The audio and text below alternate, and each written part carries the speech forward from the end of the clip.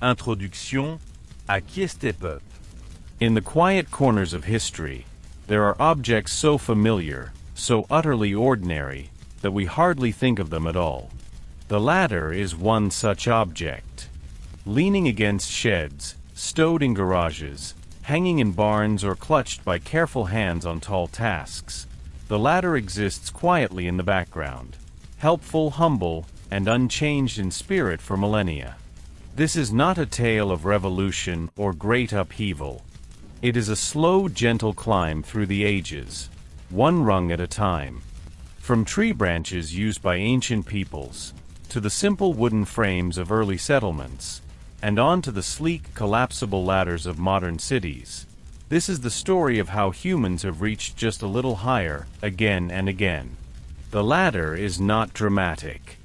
It does not race forward like the steam engine or dazzle like the light bulb. It is a tool of patience.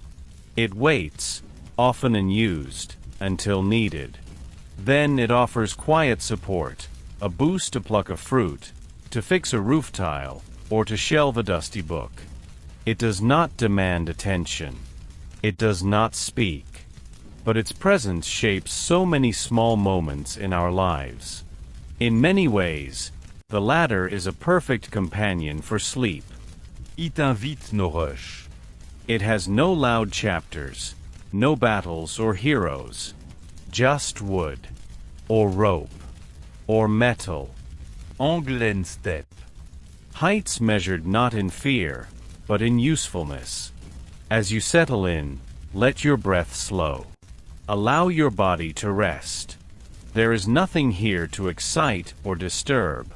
Only history told in whispers, a ladder stretching quietly through time, offering you a peaceful, uneventful path upward and inward toward sleep. Roots in nature, trees and the first climbers. Before the first rung was ever carved, and long before tools or structures had names, early humans lived in a world where height meant safety, opportunity, and perspective. In that quiet, primal landscape, the earliest ladders were not tools built by hands, but gifts already growing around them, the trees. Branches became the very first steps. Some grew in a natural spiral, while others stretched outward in even tiers. Young humans, curious or cautious, learned quickly that climbing upward gave access to food, fruits, nuts, eggs, and protection from animals that roamed below.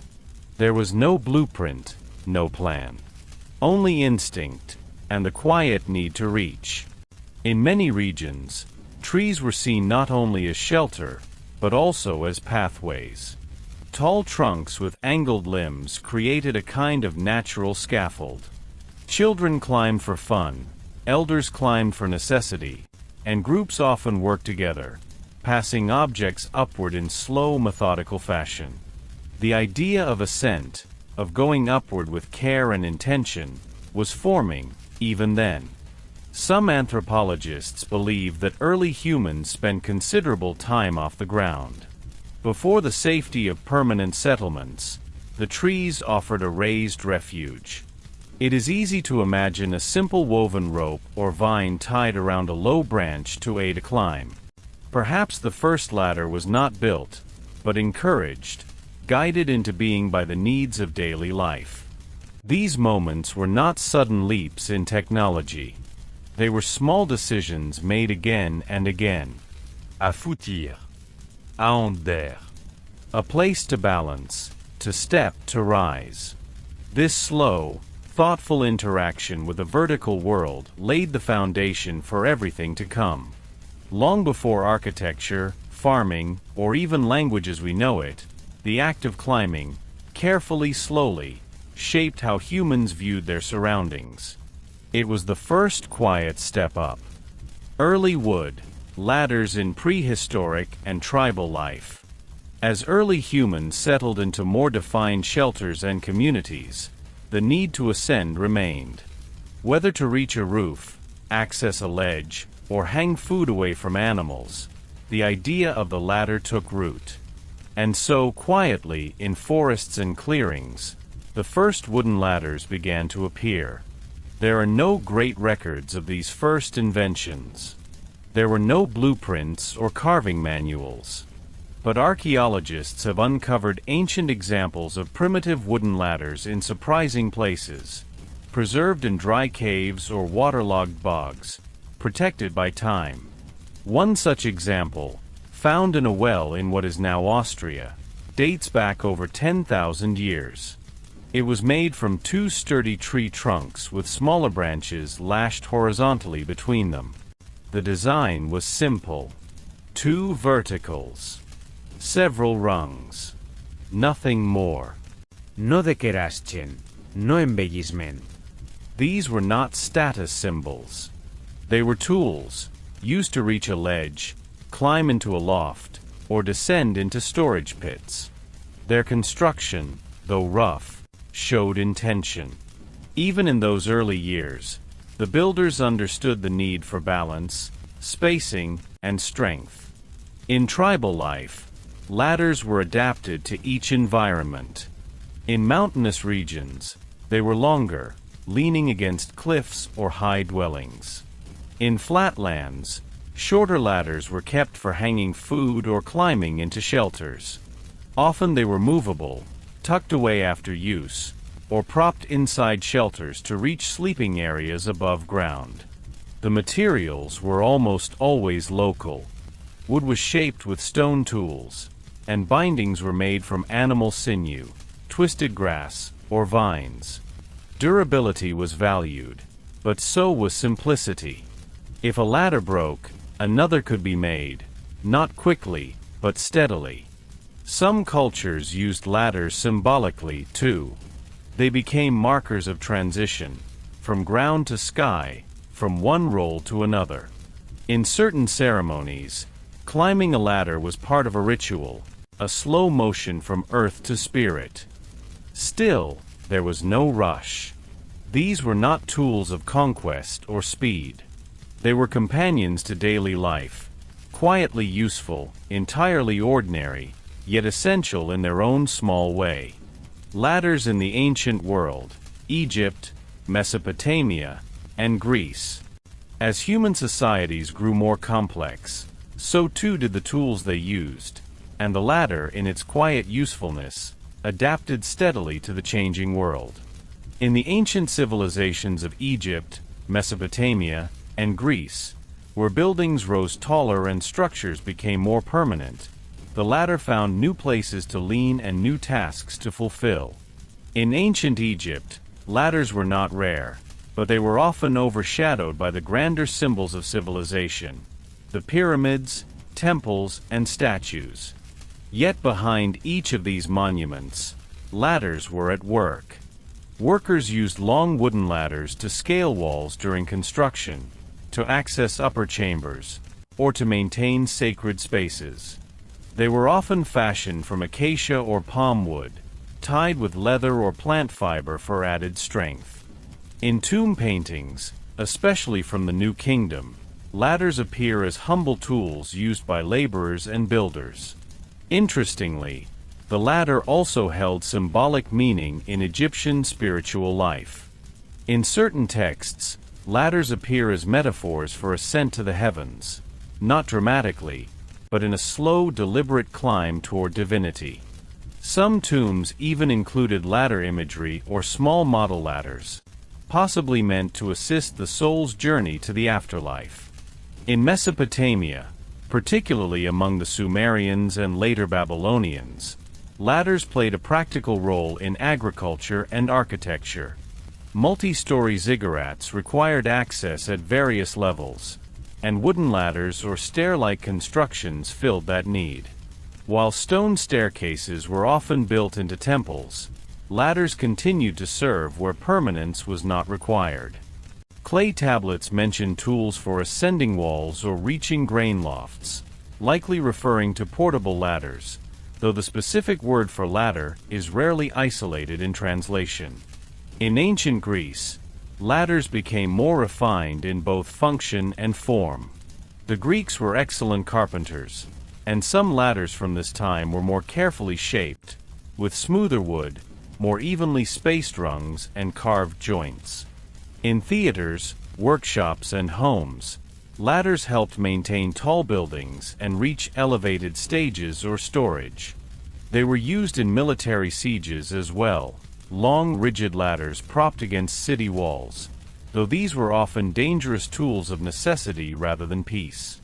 Philosophically, the Greeks also spoke of the ladder as an idea. The philosopher Plato used the metaphor of ascent in his allegory of the cave, not a literal ladder, but a step-by-step journey from darkness to light, from ignorance to understanding. Even then, the act of climbing held meaning. Yet in the day-to-day life of most ancient people, the ladder remained what it had always been, a quiet tool. Uncelebrated, unadorned, but always close at hand. Sacred ascents, ladders in religion and symbolism. Throughout history, ladders have not only been tools of physical ascent, but also of quiet spiritual significance. Long before elevators and scaffolding, before liturgy was written on parchment or carved in stone, the simple image of a ladder climbing gently upward came to represent something more. In sacred traditions across the world, ladders stood for slow journeys, toward understanding, toward heaven, or toward inner peace. In ancient Egypt, as mentioned earlier, ladders featured in funerary art and tomb goods. A symbolic ladder, often two thin poles with horizontal crosspieces, was believed to aid the soul's ascent from the earth to the realm of the gods. Some tombs included funerary ladders, either carved or modeled, as quiet companions for the deceased. They were not dramatic statements, but soft spiritual suggestions, that the soul, like the body in life, must climb slowly, one step at a time. In the Hebrew Bible, the story of Jacob's ladder is among the most well-known ladder metaphors. In the book of Genesis, Jacob dream of a ladder reaching from the earth to the heavens, with angels ascending and descending upon it. The passage does not describe the ladder's construction or material. It simply appears, quietly bridging two realms. Over the centuries, this image has been interpreted in many ways, as a symbol of prayer, of moral progress, of divine connection. But always, it is still. It is vertical. It waits without movement, yet full of meaning. Christian mystics in the early centuries adopted this idea further. The Ladder of Divine Ascent, written by St. John Climacus in the 7th century, was a slow meditation on spiritual progress. Each rung on the ladder represented a virtue, a step toward divine union. The tone of the writing was not rushed or fiery, but contemplative. The image of the ladder, again, offered a peaceful, methodical journey, one rung after another. In Buddhist and Hindu traditions, while ladders are less literal, the concept of upward movement, through chakras, levels of consciousness, or planes of rebirth, echoes the same idea. A step-by-step movement of the spirit, not rapid, not forceful, but steady and measured. In many Native American cultures, particularly among the Pueblo peoples, ladders played a role both practically and spiritually. Pueblo architecture often included ladders to access kivas, ceremonial underground spaces.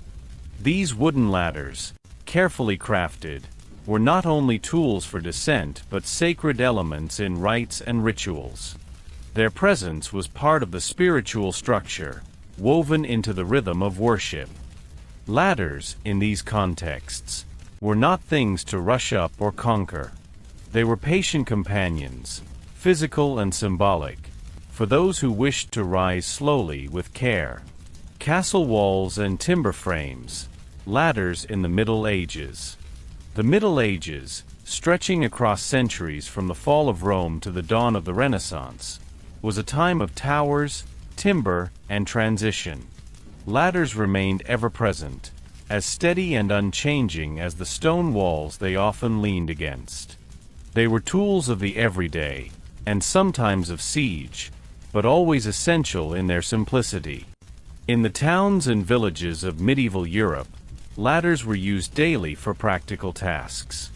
Carpenters, thatchers, and masons kept ladders on hand to access rooftops, reach high beams, or construct timber frames. Homes were built vertically, with lofts and upper storage areas often accessible only by ladder. These ladders were not uniform. Some were built into the structure, semi-permanent, while others were portable, hewn from local wood and carried from task to task. The materials were rustic. Oak, ash, or elm were common choices. Ladders were rarely painted or decorated. They aged in place, their rungs worn smooth by bare feet and work boots. Often stored in barns or hung on pegs inside homes, they were as familiar to medieval life as candles or hearths, not glamorous but necessary. On castle grounds, ladders served both routine and defensive purposes. Maintenance workers used ladders to reach battlements, clean gutters, and tend to high stonework. In some cases, tall ladders led to upper floors of keeps or towers, where spiral staircases were impractical or had not yet been constructed. In wooden watchtowers, a simple ladder might be the only way to reach the lookout point. In times of conflict, ladders played a different, though still slow-moving role. During sieges, attacking armies used long wooden ladders to scale enemy walls. These siege ladders were heavy, sometimes built on site, and prone to breaking under weight or fire. Their use required coordination, patience, and often resulted in loss. Defenders would push them back with poles, or pour hot substances downward. Even in warfare, the ladder remained what it had always been, a means to ascend, but never a guarantee. Monasteries and abbeys, too, depended on ladders. Shelves of books, bell towers, and cloister repairs all demanded climbing tools. In some scriptoriums, ladders allowed monks to access high scrolls or windows. These ladders, like the ones outside, were simple handmade, used regularly, and rarely altered. Throughout the Middle Ages, the ladder did not change dramatically. It didn't need to. It was a tool perfected by purpose, upright, dependable, and silent. Step by step, Renaissance craftsmanship and domestic use. The Renaissance is often remembered for its great leaps in art, science, and architecture. Yet amid the lofty domes and ornate paintings, the ladder remained as it always had, plain, useful, and quietly essential. While cathedrals reached toward the heavens and cityscapes grew taller, the humble ladder continued its slow and steady service in homes, workshops, and construction sites. Craftsmanship during the Renaissance reached new heights, and this gentle wave of refinement touched even the simplest tools.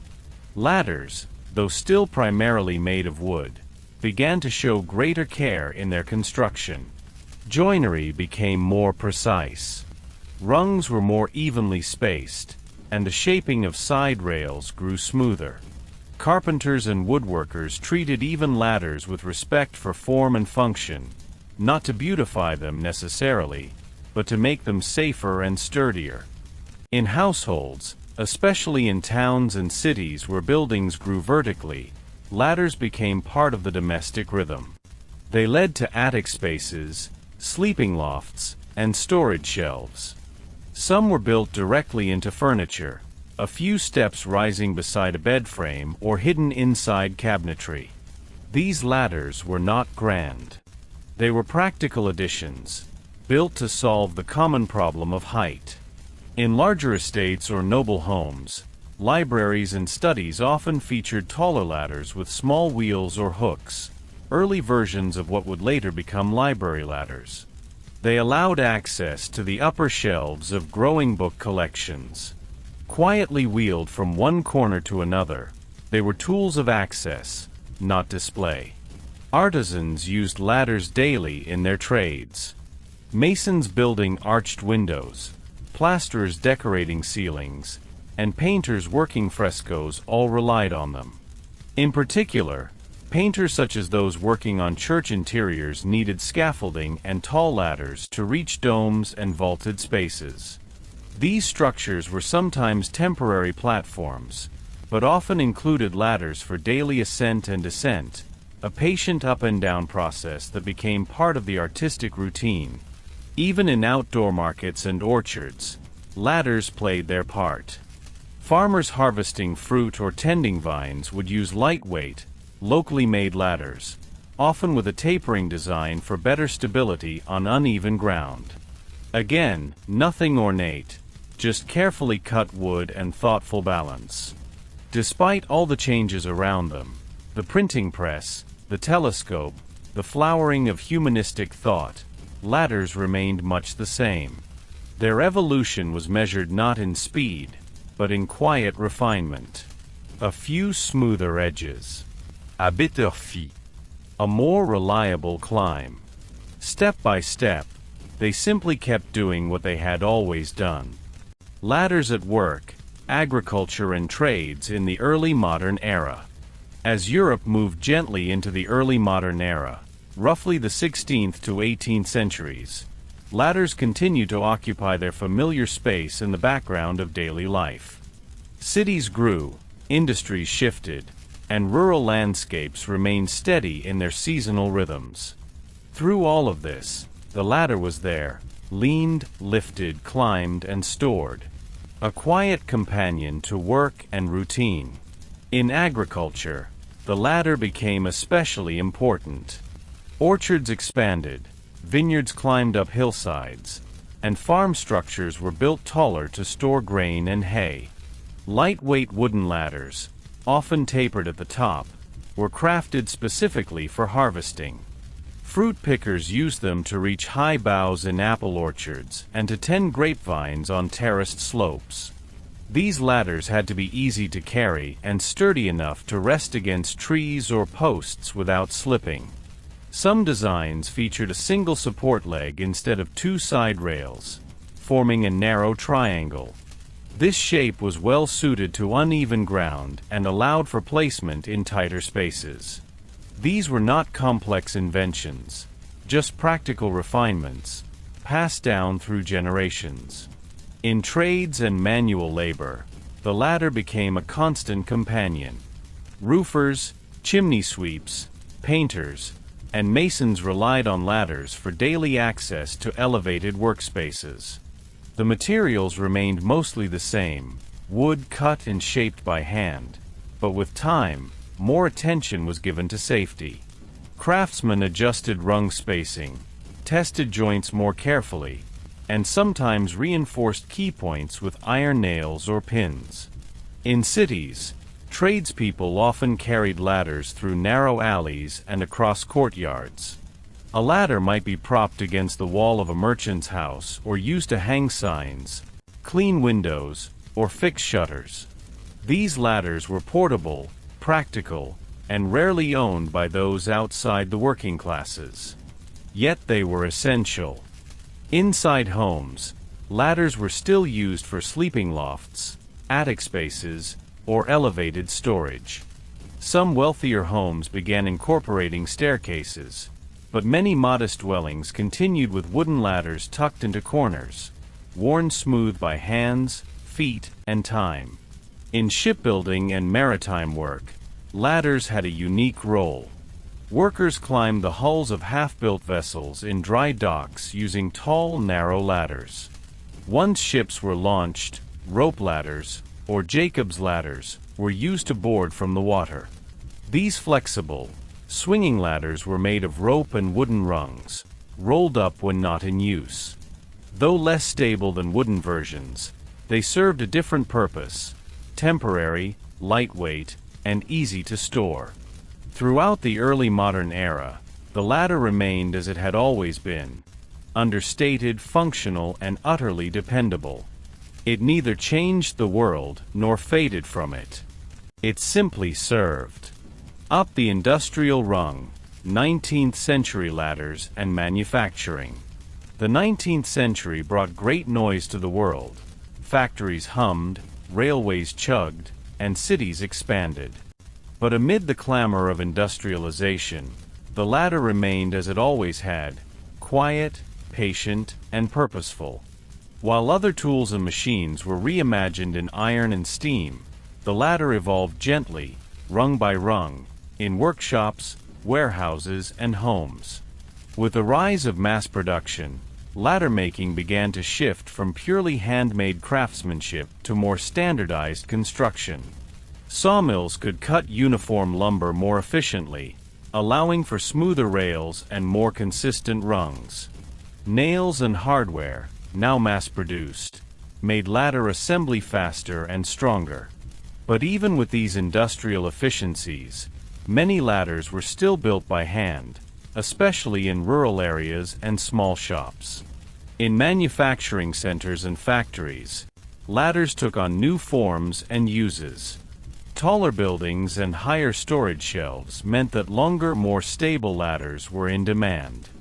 Warehouse workers used them to reach high stacks of goods.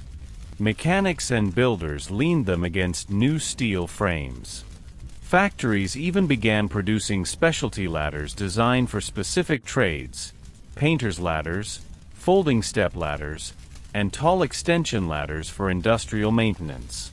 The materials also began to change. While wood remained dominant, metal hardware was used more frequently. Hinges and brackets made ladders collapsible or foldable, allowing easier transport and storage. Some inventors experimented with full metal ladders, but they remained uncommon for most of the century due to cost and weight. In urban settings, ladders became increasingly necessary for maintenance and repair. Chimney sweeps still relied on them, though now climbing the rooftops of row houses and tenements. Window washers needed stable ladders for multi-story buildings. Fire brigades, too, began incorporating tall ladders into their equipment, wheeled ladder carts that could be extended to reach burning upper floors. These early fire ladders were manually operated, and their use required training and coordination. Even so, the principle remained unchanged: to rise carefully toward a place otherwise unreachable. In domestic life, the step ladder became more common. Folding versions appeared in kitchens and parlors, allowing for easy access to shelves or upper cabinets. Housewives used them to reach curtains or storage, and children sometimes used smaller versions to fetch something from high places. They were tucked into closets or hung on hooks, tools of quiet utility. The ladder had not become flashy. It did not capture headlines, but it had adapted gently to the rhythms of an industrializing world. One step at a time, it climbed into new roles, never loudly, never forcefully, but always usefully. Modern materials, from wood to aluminum. As the 20th century approached and quietly took hold, the ladder, ever practical, ever patient, began a slow transformation in what it was made of. For millennia, ladders had relied on wood, strong, available, and familiar. But with the introduction of new materials and manufacturing processes, wood began to share its place with metal, particularly aluminum. The first major shift came with a wider use of steel. While heavier than wood, steel offered increased strength and durability, especially in industrial and firefighting contexts. Steel ladders could extend higher without bending, and their rigidity made them ideal for permanent fixtures like catwalk access or warehouse platforms. Yet their weight often limited portability. They were sturdy, but not light. Then came aluminum, soft in tone, light in the hand, and resistant to rust. In the mid-20th century, as aluminum became more affordable, it quietly revolutionized ladder making. Aluminum ladders were easier to carry, quicker to extend, and more resistant to weather. They did not splinter. They did not warp. And they could be folded, locked, or telescoped with clever mechanical joints. Manufacturers began to produce a wide variety of aluminum ladder types. Step ladders for home use. Extension ladders for tradespeople. Multi-position ladders for flexible tasks. Platform ladders with small flat tops for tools and buckets. With each design, the goal was the same: safe, stable ascent, without drama, without disruption. In homes, aluminum step ladders became as common as broom closets and dish racks. They folded flat, tucked behind doors or inside pantries. Lightweight and coated with rubber feet for safety, they made high shelves and curtain rods accessible to all. Their presence was never loud, just a quiet readiness to help. In the workplace, aluminum ladders offered greater mobility. Painters, electricians, and warehouse workers appreciated the reduction in weight. Extension ladders could now reach rooftops more easily. Hinges allowed ladders to bend, arc, or shift shape depending on need, and all of it happened with the slow, careful clinking of metal joints, rather than the creak of wood. Some still preferred wood. Its natural grip, its quiet texture.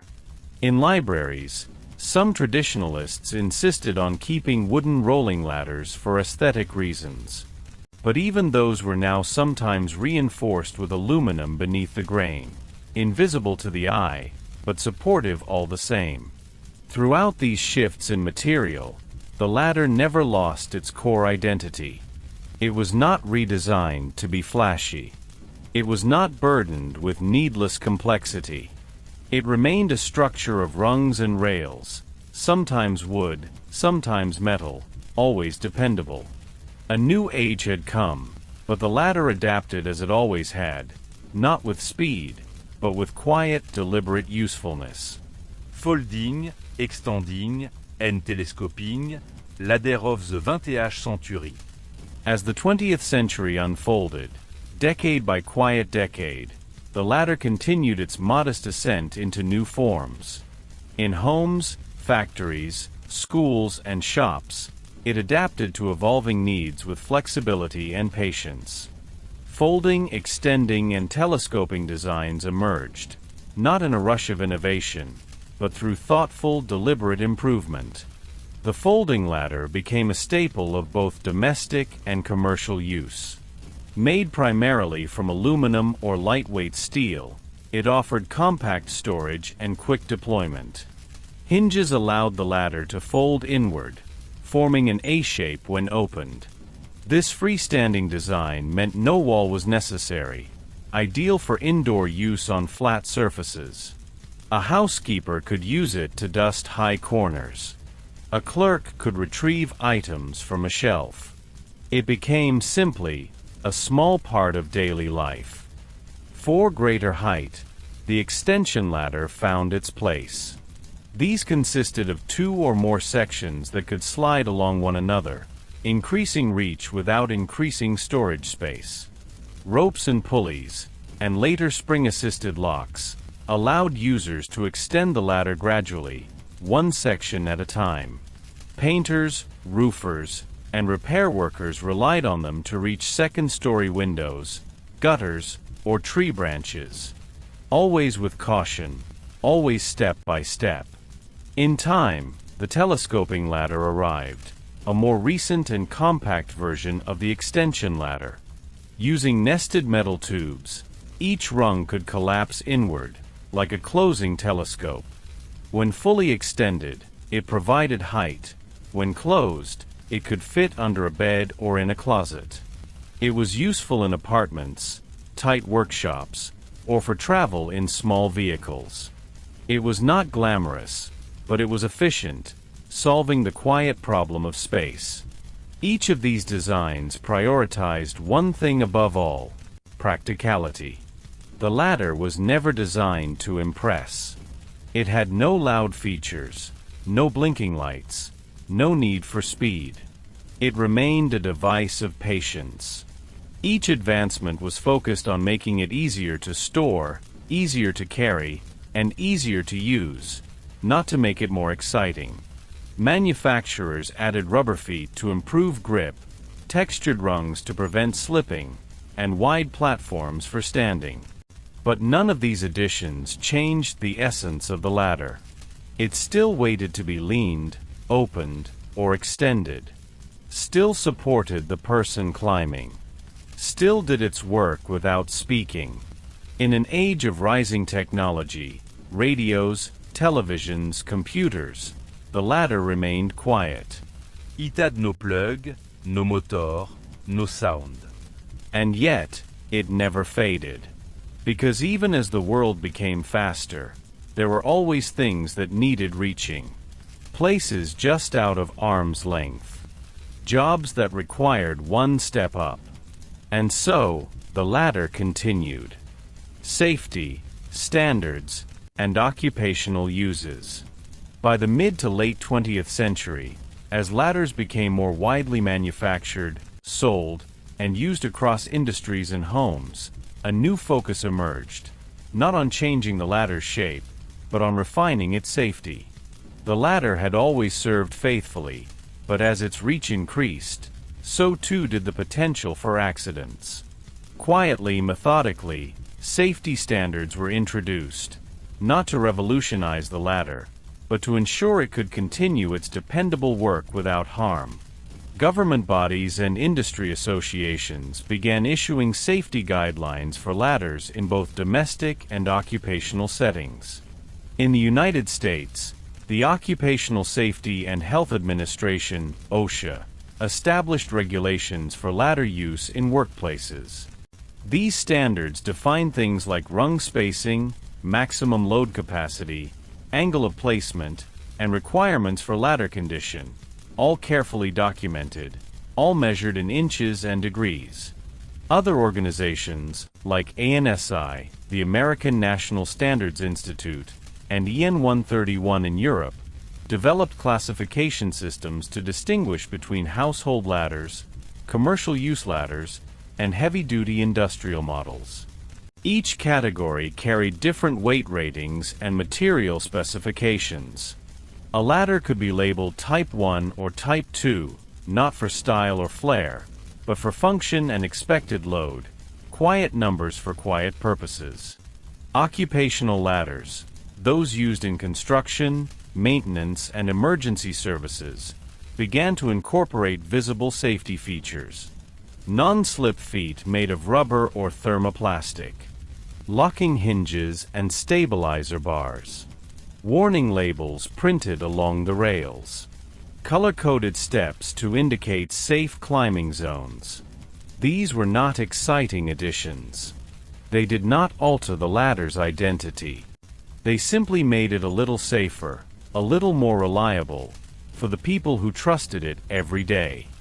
Workplaces began including ladder training as part of safety programs. Posters illustrated the three-point contact rule, always keeping 2 hands and 1 foot, or 2 feet and 1 hand, on the ladder at all times. Classes were offered on how to inspect for wear, how to place a ladder at the correct angle, and how to avoid overreaching. None of these teachings were complicated. Just quiet, careful reminders. Fire departments and utility services developed their own ladder standards as well. Fire engine ladders grew longer and stronger, made from specialized alloys and equipped with support braces. Workers who climbed telephone poles or transmission towers used rigid pole ladders with safety harnesses, not for speed, but for stability. At home, consumer ladders came with manuals. Small, folded pages printed in grayscale. Diagrams. Lists. Cautions. No glamour. Just safe, sensible instruction. And still, through it all, the ladder's core design remained. Upright rails. Evenly spaced rungs. A slope that matched the human body. No reinvention, just refinement. It was never meant to thrill. It was meant to serve, safely, and without spectacle. Ladders in space, art, and imagination. Even as ladders remained rooted in practicality, They quietly extended beyond physical use and entered other realms: art, symbolism, and even outer space. Not because they changed form, but because the image of the ladder, simple, linear, and ascending, was easy to understand, and quietly powerful in its stillness. In the world of space exploration, ladders took on a new, literal, and symbolic role. The most famous may have been on July 20, 1969, when astronaut Neil Armstrong descended from the lunar module Eagle onto the surface of the Moon. The ladder, built into the lander's side, had metal rungs just like any on Earth. Armstrong placed his boot on each one, step by deliberate step, before touching the surface. The ladder here served the same purpose it always had: to bridge a gap. In this case, between machine and moon. Though millions watched the moment live, the ladder itself remained unnoticed by most. Unassuming, it supported a quiet descent into history. It was not the focus of the event, but it was essential, as it always had been. In art and literature, the ladder often appeared as a symbol. Painters included ladders leaning in corners or propped beneath windows. They represented change, elevation, or quiet escape. In surrealist paintings, such as those by Salvador Dali, ladders might ascend into clouds or vanish into shadows, dreamlike and quiet. In religious and mythological contexts, the ladder had long symbolized connection between earth and sky. The story of Jacob's ladder from the book of Genesis, a ladder stretching between heaven and earth, with angels ascending and descending, remained one of the most enduring images of spiritual passage. The image carried into stained glass, sculpture, and quiet meditation. Writers used ladders metaphorically. Phrases like climbing the ladder of success, or a rung on the corporate ladder entered everyday speech. Though these expressions became common, they all borrowed from the same object: one built slowly, climbed deliberately, never skipped without risk. Ladders also quietly populated children's books, serving as tools in illustrations of bedrooms, treehouses, and playgrounds.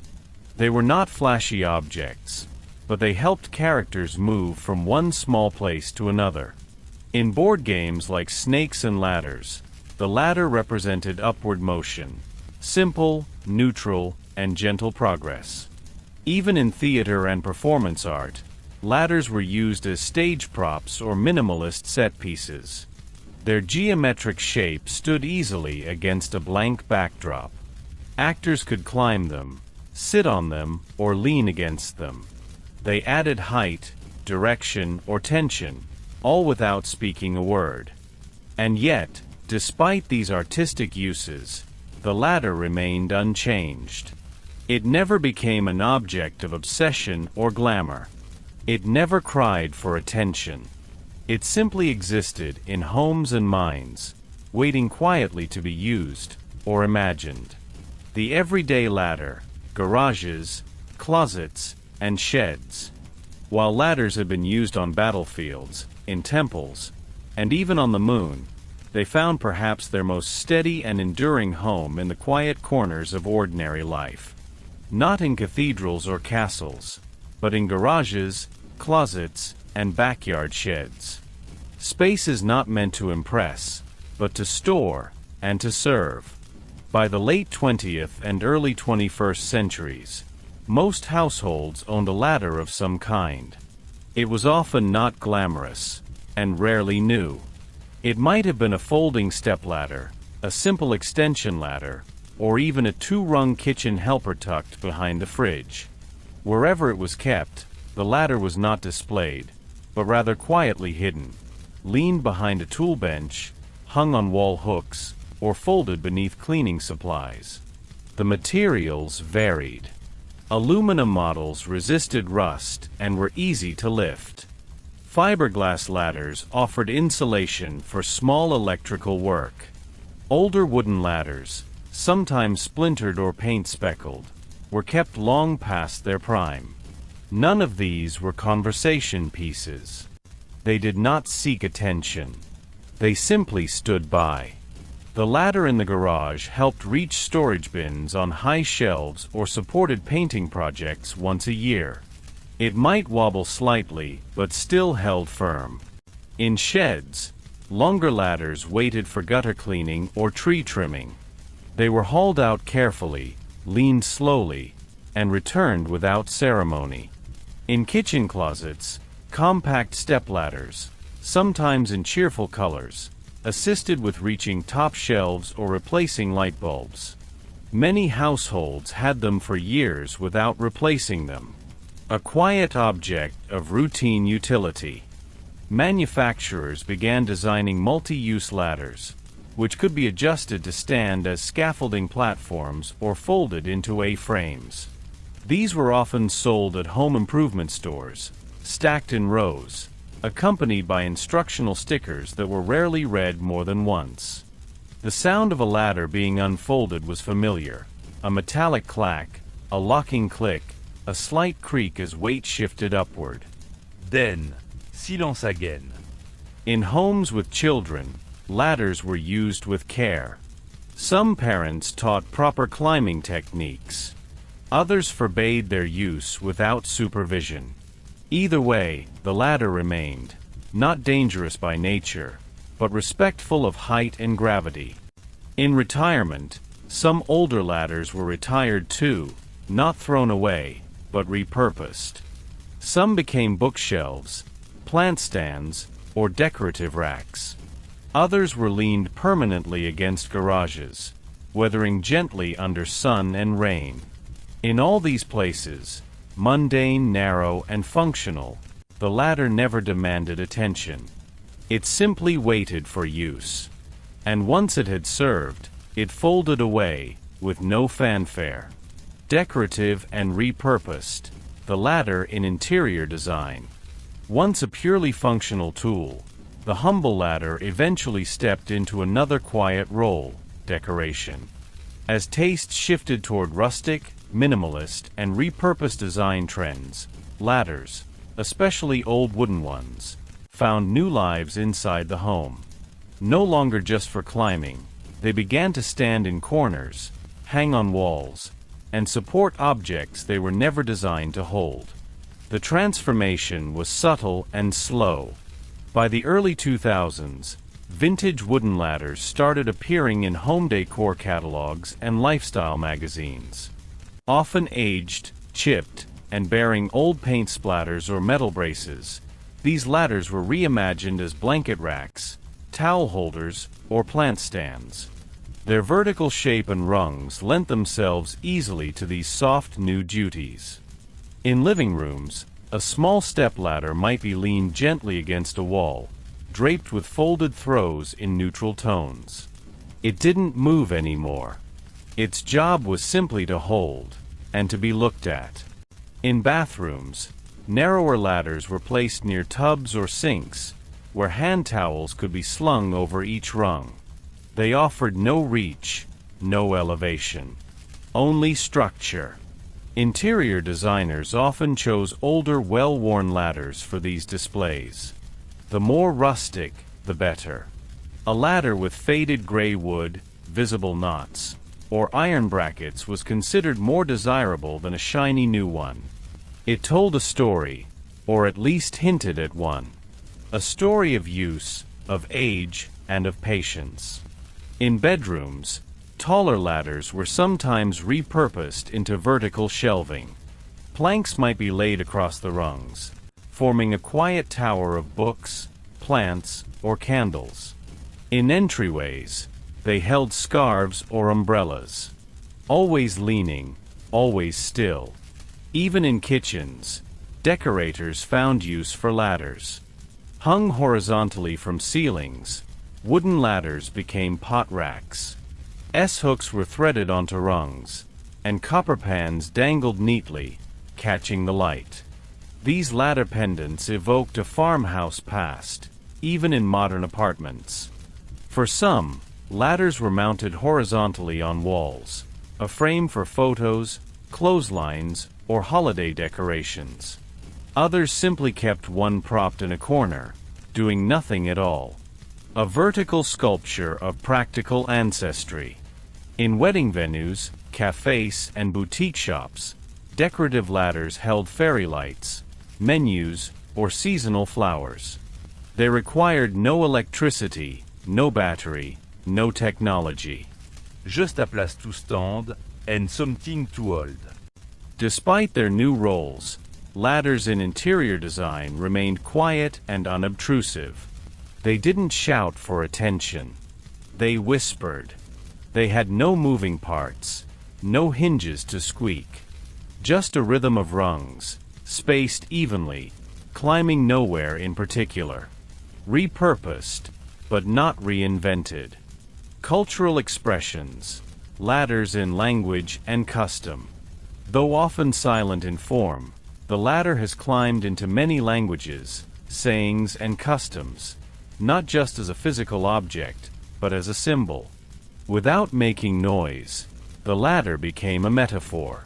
One rung at a time, it entered the way people spoke about progress, success, risk, and order.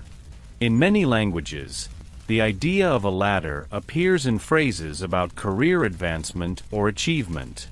To climb the ladder, whether corporate or social, implies effort, ascent, and a gradual path upward. It is not a sprint, but a climb. The metaphor is patient, just like the object itself. This symbolic ladder often includes rungs of experience or position, A base where one start. and a top that may or may not be reachable. Such language reflects the ladder's real qualities. One must step carefully, maintain balance, and move with deliberate motion. In some traditions, ladders symbolize transcendence. For example, in Christian iconography, Jacob's ladder represented a divine connection between earth and heaven, a symbolic staircase of angels ascending and descending. This concept was not limited to Christian faiths. Similar metaphors appear in Sufi mysticism, Kabbalah, and various Eastern philosophies, where inner growth is imagined as a climb or rising through levels. In superstitions, ladders took on different meanings. In some Western cultures, it was said to bring bad luck to walk under a ladder. This belief may have stemmed from the triangular shape formed when a ladder leans, echoing sacred symbolism of the Trinity or pyramid. To pass through it was to break the harmony of form. Ladders also appeared in games. Most famously, the board game Snakes and Ladders, with origins in ancient India, depicted a moral journey. Ladders helped you advance through good behavior, while snakes brought you back down for wrongs. The game taught that progress could be gained, but also lost, just like in life. In literature, too, the ladder was used as a quiet symbol. A ladder left behind could suggest escape. A ladder ascending into fog might symbolize mystery or ambition. In poems, ladders of light, stars, or memory suggested elevation of spirit. In visual art, especially in surrealism and modernism, ladders sometimes appeared climbing toward nowhere, a reminder of human longing or effort without destination. Even in the language of work, the ladder plays a role. Workers might be described as starting at the bottom rung, or rising through the ranks. The image is gentle, familiar, and linear, evoking an honest kind of motion.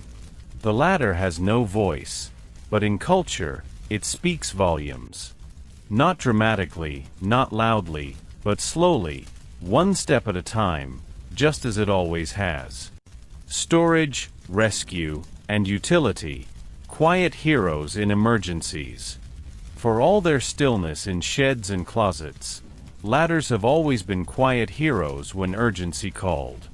In moments of emergency, fire, flood, or rescue, it is often the ladder that steps forward, not with noise, but with structure. It is steady. It waits, and when needed, it carries. Ladders in emergencies are not flashy tools. They do not beep, flash, or shout. but they are among the first responders in quiet form. In firefighting, the ladder is indispensable. Since ancient times, fires in multi-level homes or tenement blocks required reaching upper windows, often the only exits. Long ladders were among the earliest tools carried on horse-drawn wagons. Before hydrants, axes, or smoke masks, it was the ladder that brought people down from danger. As cities grew taller in the 18th and 19th centuries, fire ladders grew longer. Telescoping ladders, first made of wood, then steel, allowed fire brigades to reach ever higher. In modern times, ladder trucks with mechanical booms extend dozens of meters, offering platforms and stability far beyond human climb. Even in these advanced forms, the spirit of the ladder, simple, ascending, dependable, remains intact. In marine rescue, rope ladders and net ladders allow sailors or passengers to board from water. These are often stowed, then unfurled quickly in distress.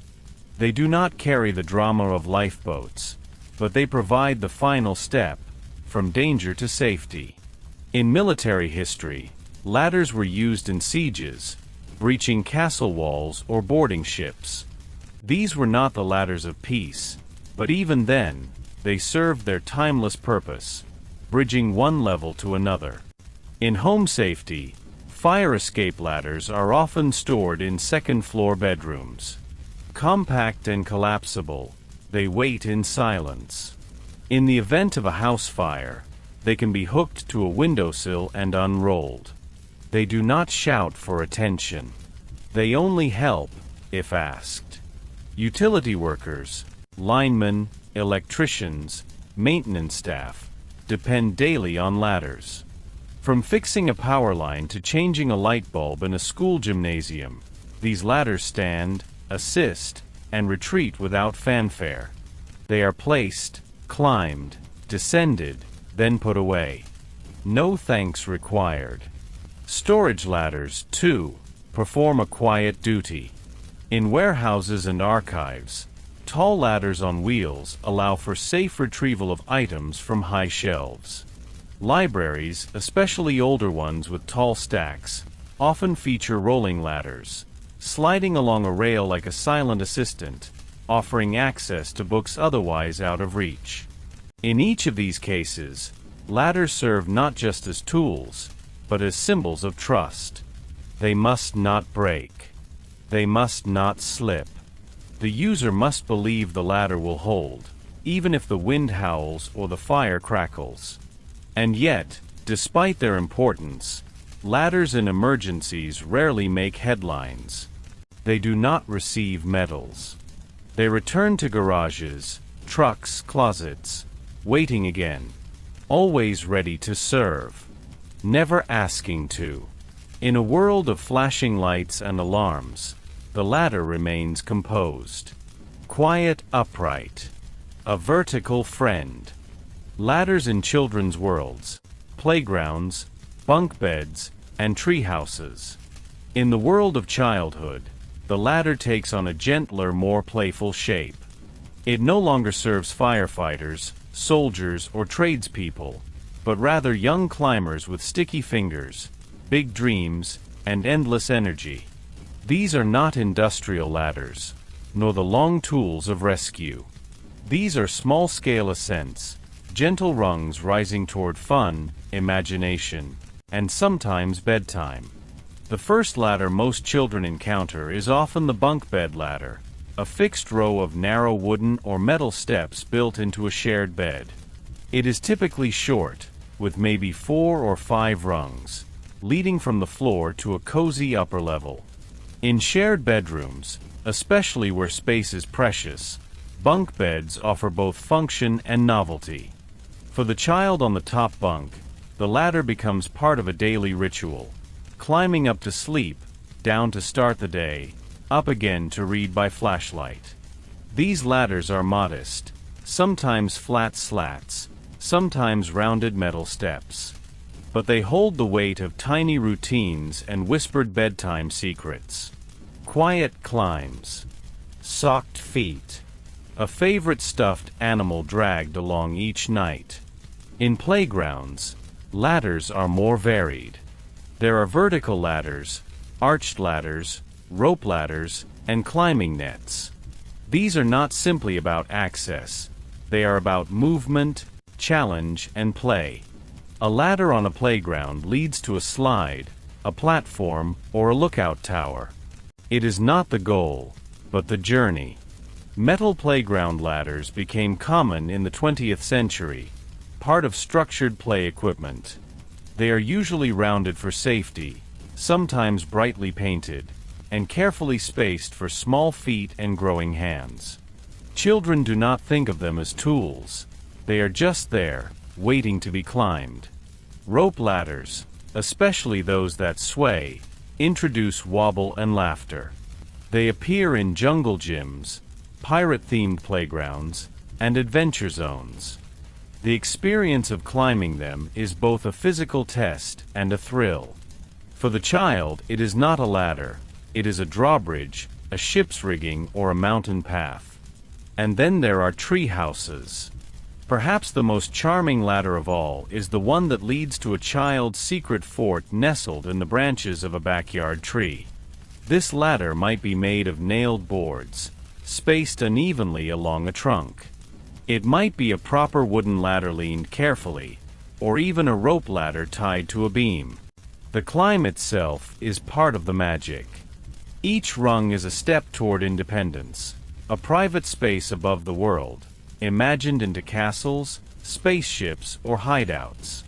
No matter how modest the structure, the ladder to a treehouse always feels special. It is not just about height. It is about arrival. In all these places, the ladder is scaled down, softened, and gently worn by use. It receives muddy boots, bare feet, squeals of laughter, and sometimes the heavy silence of timeout. Yet it remains what it has always been, a pathway upward, steady and quiet, never rushing, never surprising. For children, it is both a plaything and a promise. A way up. A way back down. Always waiting. Ladders across cultures, traditions, crafts, and regional styles. Though ladders are universally simple in form, they have taken on many shapes, meanings, and materials across the world. They appear in stone dwellings, thatched huts, desert towers, and mountain homes, each tailored to the needs, climate, and customs of the people who made and used them. There is no single way to build a ladder, nor a single culture that claims its invention. Instead, the ladder emerges quietly, again and again, across time and geography. In Central America, the ancient peoples of the region used ladders in ceremonial structures and cliff dwellings. At sites like Monte Alban or Copan, vertical movement was part of the sacred architecture. While staircases often dominate the ruins, wooden ladders were used to access upper chambers, lofted rooms, or internal platforms. These ladders were likely crafted from local hardwoods, smooth and simple, often removed or hidden when not in use. Among the Pueblo peoples of the American Southwest, ladders have long been central to architectural and spiritual life. Cliff dwellings and adobe homes used ladders not just for access, but also for privacy and protection. To enter a kiva, a ceremonial subterranean room, one descends a ladder through a roof opening. These ladders, crafted by hand, were often polished with use, passed down through generations, and made with a balance of sturdiness and care. In Japan, ladders have historically been narrow and light, used both in the home and in temple construction. Traditional Japanese homes, especially those with attic storage, employed wooden ladders or steep steps that could be tucked away. The carpentry was precise, reflecting the clean lines and minimalism of Japanese design. In Shinto shrines, tall bamboo ladders might be used during festivals, allowing access to decorate tall structures with offerings and ornaments. African societies, especially in dry, arid zones, developed unique ladder styles. In parts of Mali and Burkina Faso, dogon ladders are carved from single tree trunks, with broad stubby rungs protruding at an angle. These ladders are functional, used to climb into storage granaries or elevated homes, but they are also works of cultural significance. The shape, patina, and where tell stories. Some ladders are reused for decades, even centuries, their rungs smoothed by generations of hands and feet. In Europe, regional ladder styles reflected available materials and purpose. In the Alps, long ladders were once used to access haylofts, rooftops, or hidden caches high in the mountains. Shepherds and woodcutters leaned these tools against steep barns, sometimes resting them in the snow. They were often homemade, shaped with basic tools, carried on shoulders, and repaired again and again. In India, ladders appear both in homes and temples. In rural villages, small ladders lead to rooftop terraces used for drying crops, sleeping, or gathering. In festivals and processions, ladders are sometimes decorative, used to hang garlands or reach tall effigies. In old temples, narrow ladders might ascend behind sculptures or within walls, giving priests access to inner sanctums or high lamps. The blend of utility and sacred use is seamless, and the craftsmanship often bears a regional character: hand-carved wood, knotted ropes, or metal steps. Each culture shaped its ladders according to its needs. Dry climates led to wooden carving. Wet zones favored rope or bamboo. Some regions emphasized portability, others permanence. Yet always, the core function remained: to go upward, step by step, safely and surely. Though few people speak of them, and fewer still decorate or name them, ladders have been quietly present in the corners of nearly every culture. Not because they were remarkable, but because they were reliable. The ladder maker's trade, tools, techniques, and quiet professions. The world has always needed ladders, but rarely have ladder makers stood at the center of history. Their trade was not loud or celebrated. It did not reshape empires or stir revolutions. Yet behind every barn loft, orchard harvest, temple roof, or city scaffold stood the careful work of someone who knew how to shape strength from simple material, rung by rung. The traditional ladder maker was not merely a carpenter, though he shared the carpenter's tools and workshop.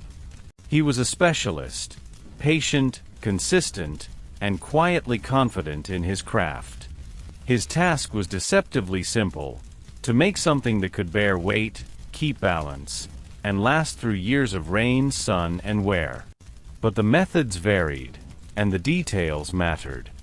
Materials and tools. The earliest ladder makers worked with what was near. In forested regions, hardwoods like ash, elm, oak, or hickory were favored, strong, flexible, and slow to rot. In more arid or tropical regions, bamboo or date palm might be used. Rope ladders required good fiber: hemp, sisal, flax, or even twisted hair. Tools remained simple for centuries. A drawknife could strip bark and shape rungs. A brace and bit could bore holes for peg joints. A mallet set pegs into place. A rasp or file smoothed edges to protect hands. Measuring sticks and chalk lines helped keep the frame square and even. But more than tools, ladder making required judgment. The craftsman learned, through repetition, how far apart to space the rungs. Too far, and the user would strain. Too close, and the climb would be awkward. He knew how to balance lightness with strength, how to angle the sides just so, how to test each ladder by leaning it against his shop wall and climbing it himself. Construction methods. 4 wooden ladders. 2 methods dominated: mortise and tenon joints, or pegged holes. In the former, Rungs had shaped ends that fit snugly into rectangular holes carved into the side rails. In the latter, round rungs were inserted into drilled holes and pinned or glued in place. Both techniques emphasized tight fits, clean cuts, and symmetry. Ladder makers might season their wood for months, stacking planks in dry, ventilated sheds until the moisture content dropped. This prevented warping or splitting later. Rungs might be slightly oval, to improve grip and reduce slipping. Some ladders were tapered, wider at the bottom, narrower at the top, to offer better stability. Rope ladders, used on ships or for temporary scaffolding, required knotting skills. Each rung had to be tied precisely at the same interval, and the rope had to be tested for weight and wear. This was a craft often passed down through seafarers or specialized rope makers. The ladder shop. In small towns and rural areas, ladder makers often shared space with wheelwrights or furniture makers. Their workbench might bear traces of sawdust and linseed oil. Finished ladders leaned against the back wall, stacked by size: fruit-picking ladders, orchard tripods, attic step ladders, long straight ladders for roofs. Some makers traveled from village to village, offering to build or repair ladders on site. Others took custom orders: a wider ladder for a hayloft, a shorter one for a child's bunk, or a folding design for narrow city closets. Very few ladders bore the name of their maker. It was not that kind of trade. Instead, satisfaction came from utility, from knowing that someone climbed a roof safely, or reached an apple without a fall. The decline of the trade. With the rise of mass manufacturing in the 20th century, handmade ladders slowly disappeared. Factories could produce aluminum or fiberglass ladders in large numbers, each one identical. Adjustable hinges, telescoping legs, and rubber feet became standard. Certification labels replaced the quiet trust in a local craftsman. But in a few corners of the world, the ladder maker's trade still lingers. In mountain villages, in traditional festivals, or among heritage carpenters, you may still find one: steady hands, patient eyes, shaping a tool that lets people rise just a little higher. À gentle réflexion, why ladder stimeter? There are few tools in our world as quietly enduring as the ladder. It does not boast. It does not rush. It does not change much from year to year. Yet the ladder remains, steady, humble, always there when needed. In closets and garages. On fire trucks and barns. In orchards and attics. In myths, metaphors, and dreams. The ladder is not just a thing we climb. It is a symbol we carry, of effort, of direction, of hope. It reminds us that the world is made of levels. That things rest above and below. That reaching something requires not just strength, but balance. Patience. A careful placing of one foot, then another. Across time and place, ladders have served not just as tools of work, but as quiet partners in human endeavor. In temples, they bridged the space between earth and sky. In farms, they made the fruit of the tree reachable. In homes, they brought us to hidden places, to lofts, attics, and shelves long untouched. They have helped firefighters save lives.